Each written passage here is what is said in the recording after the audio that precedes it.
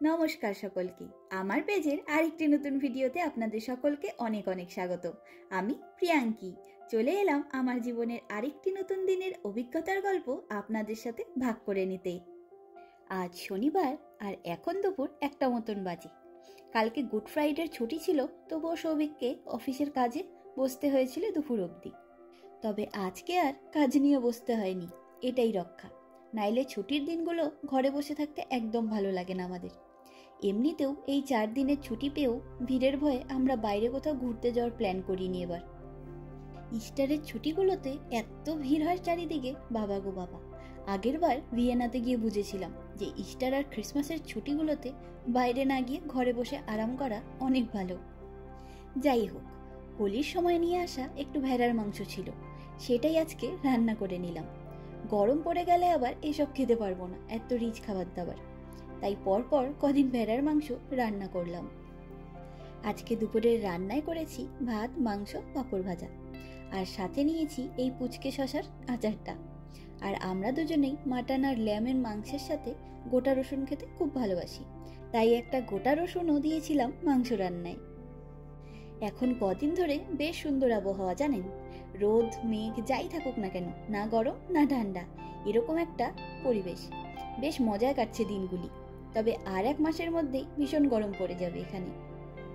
চলুন এবারে দুপুরের খাওয়া দাওয়াটা সেরে ফেলি আমরা।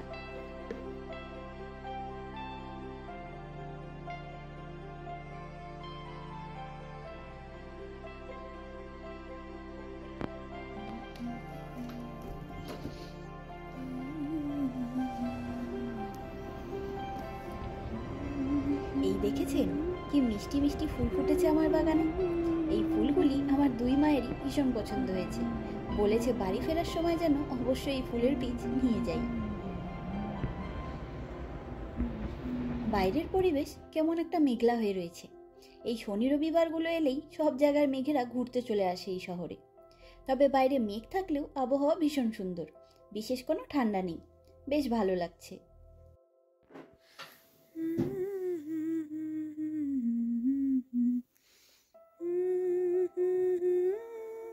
আর আমরাও এখন রেডি হয়ে গেছি, বেরোবো।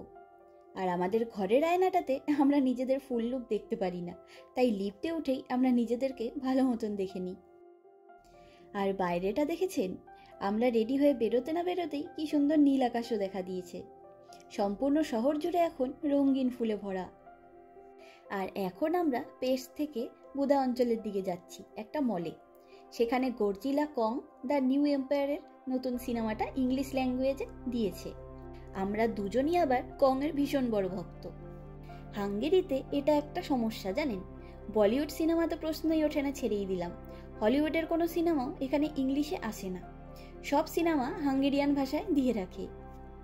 এমনকি আমাদের পাড়ার করভিন মজি বলে একটা অনেক পুরনো আর বিখ্যাত সিনেমা হল রয়েছে, সেখানে কোনো দিন হাঙ্গেরিয়ান ছাড়া অন্য কোনো ল্যাঙ্গুয়েজের সিনেমা দেয় না। নাইলে আমরা পাড়ার মধ্যেই সিনেমা দেখতে পারতাম। সবচাইতে বড় কথা, এদেশে বাইরের দেশের লোকেরা যে নেই তা তো নয়, অনেক দেশের লোক রয়েছে, তবুও সব সিনেমা ইংলিশে দেবে না। এটা খুব খারাপ লাগে এখানে। সব সিনেমা ওই জন্যই আমরা দেখতেও পারি না।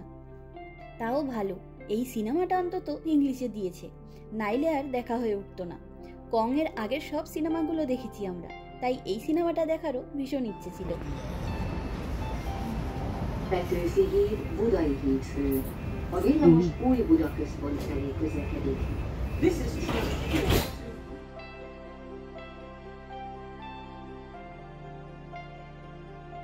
তবে আমরা আজকে এলাম অ্যালি মলে।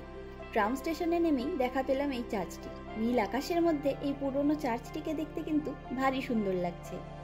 আর দেখেছেন, এই 15 মিনিটের মধ্যেই আকাশের মেঘ কেটে সুন্দর ঝলমলে রোদ উঠেছে। চলুন আমরা ভেতরে যাই।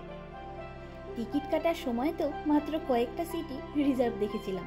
কি জানি আজকে মনে হয় মাত্র কজন মিলেই সিনেমা দেখব।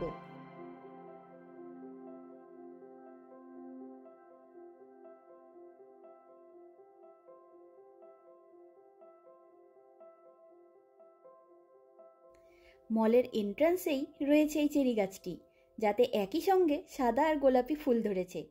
রোদের আলোতে কি সুন্দর লাগছে 2 রঙের ফুলগুলিকে একত্রে দেখতে।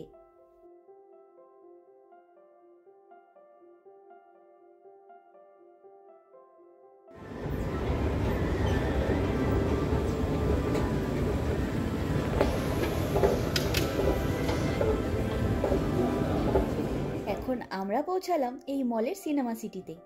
এখানেই অনলাইনে আমাদের টিকিট কাটা রয়েছে। সিনেমার টিকিটের দাম পড়েছে এক একজনের 3000 ফরিড করে, যা ইন্ডিয়ান টাকায় 700 টাকার মতন। আমরা এখানে আসার আগে কলকাতার প্রাইড প্লাজা হোটেলের বিল্ডিংয়ে অবস্থিত মিরাজ সিনেমা হলে সিনেমা দেখতে গেছিলাম। একদম একই রকম সাজগোজ আর লুকসটাও। আমার তো এখানে ঢুকতেই সেই মিরাজ সিনেমা হলের কথাই মনে পড়ে গেল। আর আমরা সিনেমা দেখতে আসলেই ক্যারামেল পপকর্ন নিয়ে যাই সিনেমা দেখতে। এমনিতেও মাত্র ভাত খেয়ে এলাম, পেটে একদম জায়গা নেই, তাই এক প্যাকেট পপকর্নই নেব। তবুও পপকর্নটা ছাড়া গেল না, এটা আমাদের এতটাই প্রিয়। আর সামনের এই ফ্লোরটাকে দেখুন, মনে হচ্ছে যেন রাতের আকাশে অজস্র তারা দেখা যাচ্ছে। আর এখানে এক একজন লার্জ বাকেট ভরে ভরে পপকর্ন নিয়ে ঢোকেন। সিনেমা হলে সারাক্ষণ চারিদিকে শুধু কচর মচর পপকর্ন খাওয়ার শব্দ। আমাদের সিনেমা টাইম হলো 3:40 থেকে। আমরা বেশ খানিকক্ষণ আগেই পৌঁছে গেছি এখানে, তাই কিছুক্ষণ বসেছিলাম, তবে এখনো বিশেষ কোনো লোক আসতে দেখলাম না। আর আমরা এখন সিনেমা হলের ভেতরে ঢুকে নিজেদের সিট খুঁজে নিয়ে বসে পড়েছি। আমাদের ওখানকার মতোই পরিবেশ ভেতরের। আর আমরা এখন সিনেমা দেখে বেরিয়ে এলাম। আমাদের ভীষণ পছন্দের একটা সিনেমা দেখতে পেরে দারুণ লাগলো, তবে মাত্র 30% সিটই ভরেছিল, বাকি সব সিট ফাঁকাই ছিল দেখলাম। তবে সবচাইতে মজা লাগলো গর্জিলাকে রোমের কলোসিয়ামের ভেতরে ঘুমিয়ে থাকতে দেখে, আর কংয়ের ফলস দাঁতের ব্যাপারটা। যাই হোক, এগুলো মজার জন্যই দেখানো, আমরাও বেশ মজাই করলাম, সময়টা বেশ ভালোই কাটলো। তবে আপনারা ভাবছেন হয়তো এটা আবার কেমন জনশূন্য জায়গা যেখানে আমরা সিনেমা দেখতে এসেছি। আসলে ওই যে ইস্টারের ছুটি চলছে যে, ওই জন্যই সব বন্ধ। আর এখানে সব বন্ধ মানে সবই বন্ধ, রেস্টুরেন্টগুলো শুধু ওপেন থাকবে।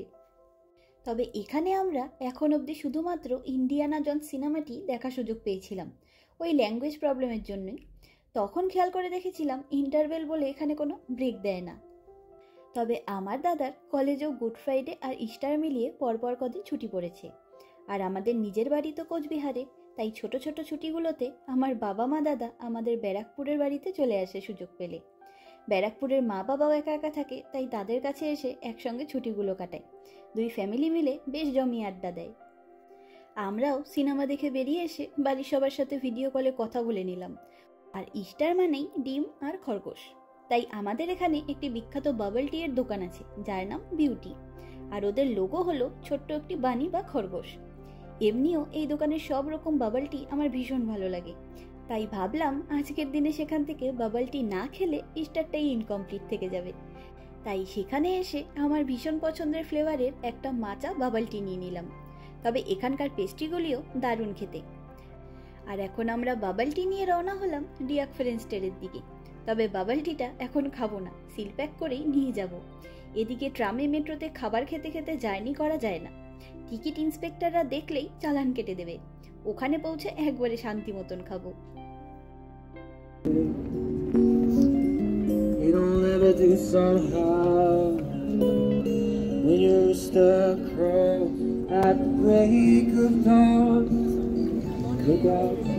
আমি আমার বিউটিকে নিয়ে এসেছি।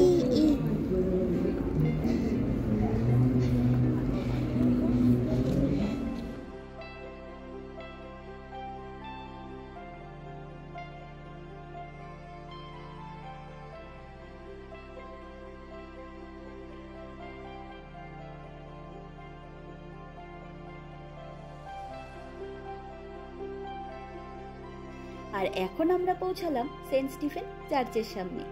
ইস্টার বলে কথা, চার্চের দর্শন না করলেই নয়। এখানে কিছুক্ষণ থেকে আমরা বাড়ির দিকে রওনা হব। বাড়ি পৌঁছে আবার বাড়ির সবার সাথে একত্রে আড্ডা দেব। আর বেশ ভালো কাটলো আজকের দিনটি। চলুন আজ তবে গল্পের ঝুড়ি গুছিয়ে নিই। দেখা হবে, গল্প হবে পরের একটি ভিডিওতে খুব তাড়াতাড়ি। আমার ভিডিওগুলি ভালো লাগলে আমার এই চ্যানেলটিকে সাবস্ক্রাইব করে আমার পাশে থাকার অনুরোধ রইল। আর আমার এই ভিডিওটি কেমন লাগলো লাইক কমেন্ট করে জানাবেন।